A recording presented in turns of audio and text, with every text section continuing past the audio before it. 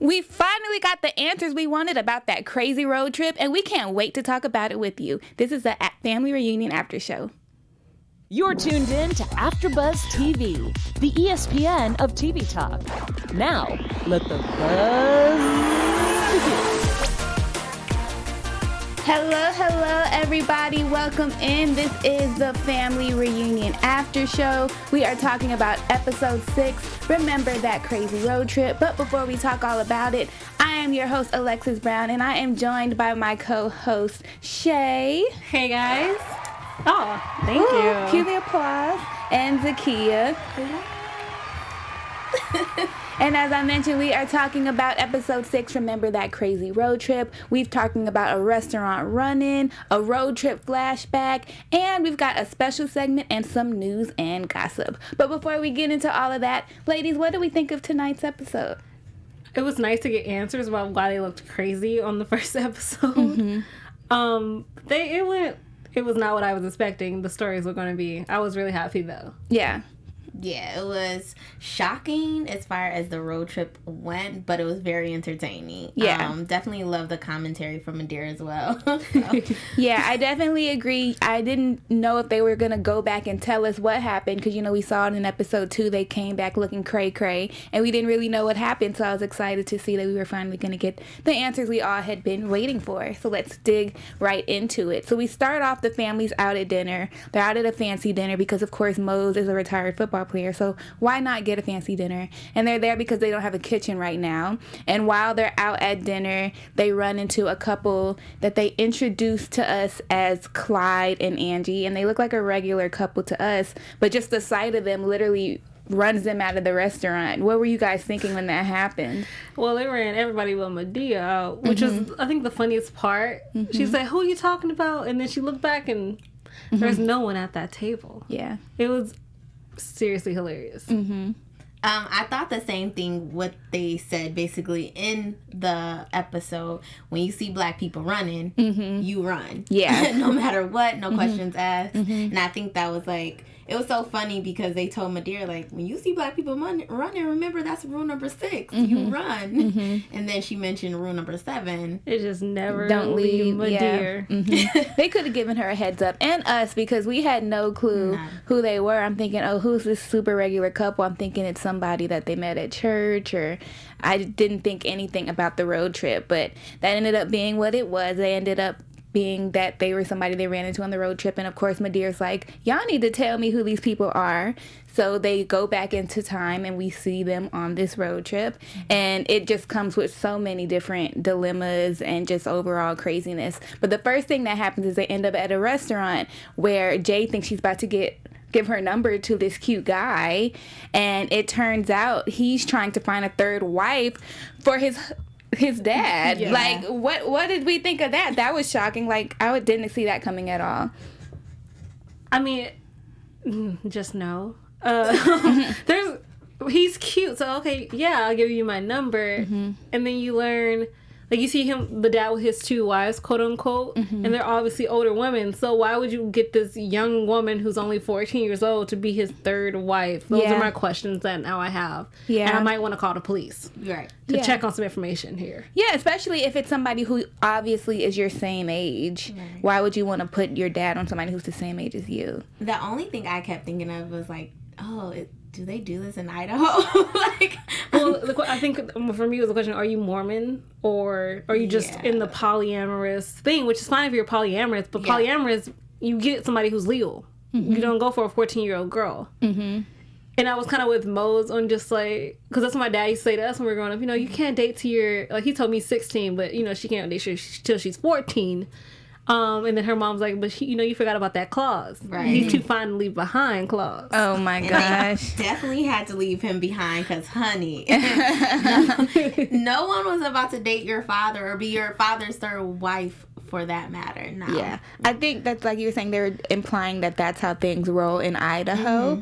I've never been to Idaho to know, and I don't know if I want to be. But I think that's the lesson they were showing us this episode. Do you agree?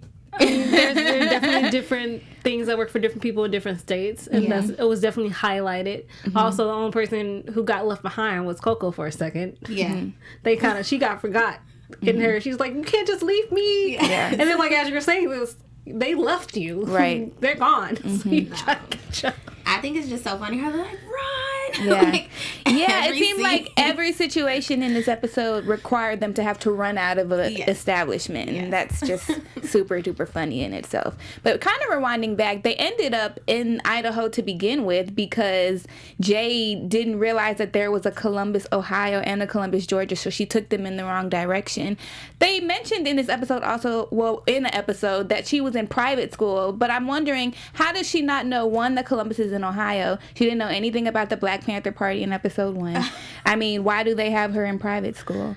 I mean, I will say in defense of Jane, she does know things, but sometimes they're not always what we consider important.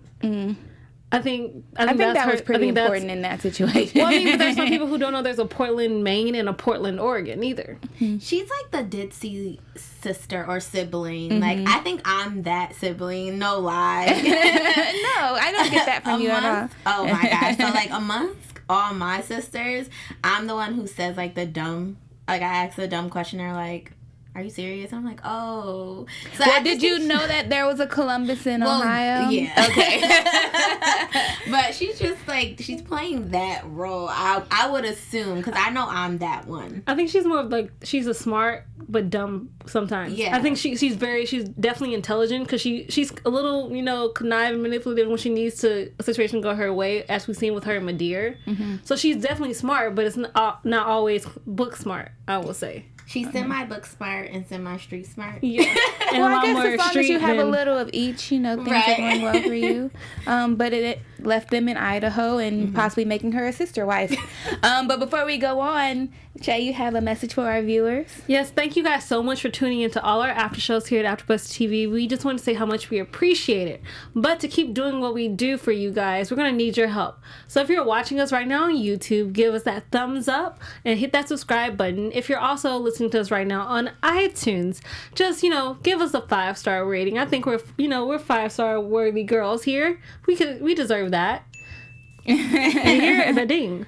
So we just want to say thank you so much. We appreciate all you've done for us. We appreciate all of what AfterBuzz has done for us as well. So thank you guys for tuning in, and I'm just so happy to be here. Yes, I second that, and let's just get right on back to the fun. So after they left the restaurant, they continued on their journey, and they ended up getting a flat tire.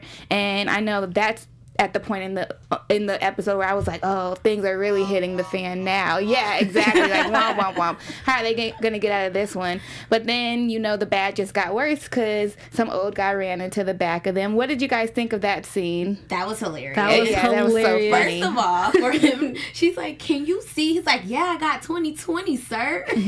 And then the best part is him going in that trunk and driving away with the bike. Yeah, I said, oh, I'm done. Like, take me away. Mose is an ex-NFL player. He should have took off running behind that bike. Yeah. A little bit. But they had the car. Yeah, so they did have the car. That wasn't even his car. Oh, yeah. That ended up coming out that wasn't his car. He stole his car at night. I don't know what destination the man was heading. Yeah. Well, good for him that he ended up stealing a car that just happened to have a bike that he could escape on. Or did he just drive his bike to the car? Right, exactly. He had to plan that. Yeah, that's a whole nother level of just, wow, he's a pro. But that's what ended up happening. And having that flat tire led to them ending up in this, on these campgrounds. Oh my gosh. The camp riffs. Yeah, and it seems like even though things are going bad with the motorhome, they're kind of in better spirits. They feel like things are getting a little bit better because they meet Clyde and Angie from the beginning of the episode. And they seem just like a normal couple, really, really nice, just helping them out. And then something happens where they end up running into them doing some crazy voodoo ritual. Yeah. I'm with Ami. She said, she's like, everyone's not what they appear, Madeir. Madeir said the same thing. She's like, they seem so nice of the way you described them. Everything's not what they appear. I mean, that was just that. Which is true because, during the day or part of the night, we're very, middle class, going to Little League games. We're that kind of people. However, when it gets dark, when the lights get dark, Chae, you start doing voodoo rituals? No, I don't do that. No, that was some other stuff. When we get to Madeir, I will say I do what Madeir would do. However, I'm definitely with Mose and Mozzie. As soon as you saw it, you get out. And they're like, we gotta go. And then Mose just, like, his strength, because he's an ex-footballer, he's like, here's these 2 chairs. Jade, I got your whatever you were laying on. Right, literally. Let's go. And then they're all, together praying. That's exactly the part that I respect. Once they noticed that the road trip was just going horrible, they're like, okay, we need to be grounded. Let's pray as a family. And then they all slept together. And it was Which is so cute. It's a beautiful moment. It was a really great moment. I'm just loving this show. Even through all the craziness, they still find moments to just really see the family come together in different parts. And this was one of the few times we actually saw the whole family as far as, like, Mose and Coco's clan is concerned. So I'm glad that you said that. That was a scene that I really liked too. I want to say before you get to the next one, what got me though was Mozzie at the beginning of the episode. He said, can we be like real Americans and go to the Waffle House and the Walmart? And I just want to, sir, so okay, you've never been to a Waffle House. I can understand that. A lot of people haven't. But a Walmart, you gonna tell me they got a Walmart in Seattle? Or you just didn't shop there? Well, is my thought process. The Walmarts, I feel like, because I am from the South, and when I lived in the South, Walmart was the place you went. You went to Walmart. You needed anything, you go to Walmart. And then I moved out here and I realized there's barely any Walmarts. I think there's like 2 and they're on like opposite sides of the county. Yeah. And people don't. There's like one in Redondo, which is all, if you don't live in LA. There's one in Crenshaw, unless they shut it down. They don't have that one anymore because I looked. Oh, it's in Burbank then. And then they have a Burbank one and they're completely in 2 different sides of LA County, and people don't. They go to there, but that's not like the place to go. People go to Traders, they go to Ralph's, they go to Sprouts. And it's also LA where everything's healthy. So I can get them not have gone to a Waffle House. Exactly. Or a Walmart. Because if you think about it, Walmart has a bad rep here. Like, everything silly or hysterical goes on in Walmart. Like, all of those Instagram videos and Vines. Well, when Vine was a thing. Or YouTube videos happen in Walmart. So it's just a bad rep. But I love how Coco, she's like, no. And they're rich. So he's a ex-NFL player. Why would they go to Walmart? Yeah. Keep me grounded. Save me some money. I don't want to be grounded. And he's still a country boy at heart. And I'm sure growing up in Columbus, he definitely ate some Waffle House. Because we love some Waffle House in the South. We do. Yeah. So then after that, we're finally starting to see them getting closer and closer to the house. But now something else happens. And they end up fighting with raccoons. Okay, so And that's when I was just like, this show is just going any type of direction. They're just completely just different. Things you would never think would happen. That's what happened with the raccoons. What did you guys think? First of all, I wouldn't open that bag. I would have just, is it alive? Cool. Family, let's go. Let's just head on to the RV. It'll come out when it's ready. But they had to, Ami wanted to pay respect to the raccoon. I respect you wanting to pay respect to a raccoon, but once you hear the chee, I'm out. I wouldn't have stayed. Well, then that is me. And I would also do what Jay did. I would have recorded the entire situation. Yeah. This is something I can show my grandchildren. Yes. But what little sibling when someone, like, the goldfish dies and they're like, oh my God, you killed it. No. Yeah. Like, we have to have a It's service. a baby, yeah. Right. So I feel like she was there and they're like, okay, like, let's do this for Ami. They didn't realize that they were going to be attacked. Yeah. But that was funny. And the whole family got attacked. And that's basically why they looked so crazy. The way they did when they got home. When they got there. Yeah. So that's when everything just kind of tied it all together. But of course, Madeira was like, y'all are lying. None of this happened. And it took her going out in the woods and running and seeing Clyde and Angie. Yeah. And then she ended up having to be the one to take off running and everybody had to follow her. And it was just complete chaos and just a beautiful episode to watch. Right. Can we talk about the fact that she said the classic saying that all black families say is, I was born at night, but not last night, because she did not believe their story. She's like, yeah, sure, whatever. And then, like you said, it took her to actually go out and see. I'm with Madeira. I have my little weights. I'm just like in my mood. Oh, but you thought you were gonna get me. Bam! But she had a bad knee. But apparently, even with a bad knee, you scared enough. That adrenaline gonna help you get your knee to where you're the destination away. Yep, and they got right on away. And I think that was really the whole moral of this episode is when you see everybody running, you take off running too. And that was apparent in this episode. The door was locked. We're like, we can get to the parlor through the side door. Lord, too much. All right, so now that we've gotten through all of the episode breakdown, let's go into our special segment. Chae is going to give us a character breakdown of our beloved Madeir. Yeah, guys, we're going to talk about our beloved Madeir, also known as Loretta Devine. Now, Loretta Devine has been in this business for over 3 decades. She started off on Broadway for Dreamgirls. Now, she was the original Laurel Robinson, and they did that workshop for 3 years. But while she was workshopping Dreamgirls, she did her first feature film, which was an independent film. She only earned $500 for it. But, after that, she got the 1995 amazing film, Waiting to Exhale, with Miss Whitney Houston, Angela Bassett. And we all grew up on that movie. We all love it. And she also was nominated for NAACP Best Image Award for that portrayal she did. Now you've seen her on The Carmichael Show. That was on NBC for 3 seasons. You saw her on Boston Public. She's been in so many amazing films, Jumping the Broom, again with Angela Bassett playing opposite her as the mom, which is just really epic to see.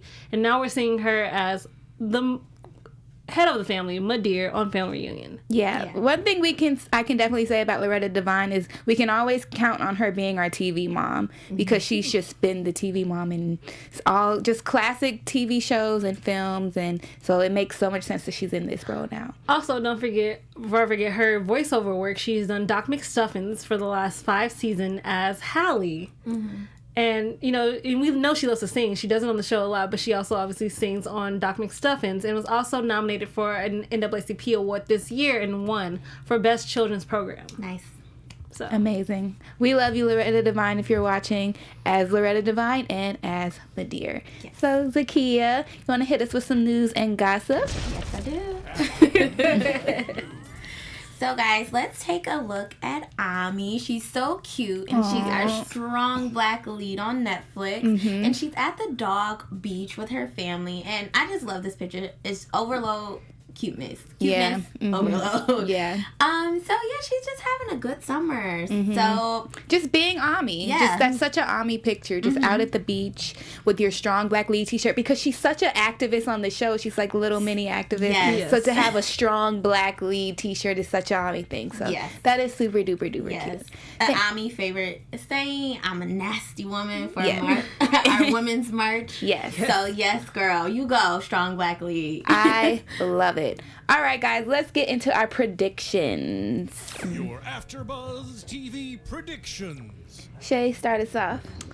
I predict there's definitely going to be some old school versus new school coming up in the episodes coming, because you still have Madeir versus Coco, and maybe we'll see Madeir versus Jade in how, they're approaching different women equality issues. Okay. I predict a Coco and Madeir standoff. I feel like we haven't seen it as much yet, so. Yeah. And I just predict a lot more laughs, a lot more family craziness. I think we're going to see a lot more situations where Jade ends up in trouble because either there's a guy or she just doesn't know. And so we're going to continue to see all of that on our next episode. So until then, tell us who you are and where they can find you. Hey guys, you can find me at Real Chae Jones on Twitter and Instagram. And you can find me on Instagram at Zakiyyah _. And I'm Alexis Brown. You can find me on Instagram and Twitter at I am Lexi Fierce. And until next time, buzz you later. Bye, guys. Our founder, Keven Undergaro, and me, Maria Menounos, would like to thank you for tuning in to AfterBuzz TV. Remember, we're not just the first, we're the biggest in the world, and we're the only destination for all your favorite TV shows. Whatever you crave, we've got it. So go to AfterBuzzTV.com and check out our lineup. Buzz you later. The views expressed herein are those of the hosts only and do not necessarily reflect the views of AfterBuzz TV or its owners or principals.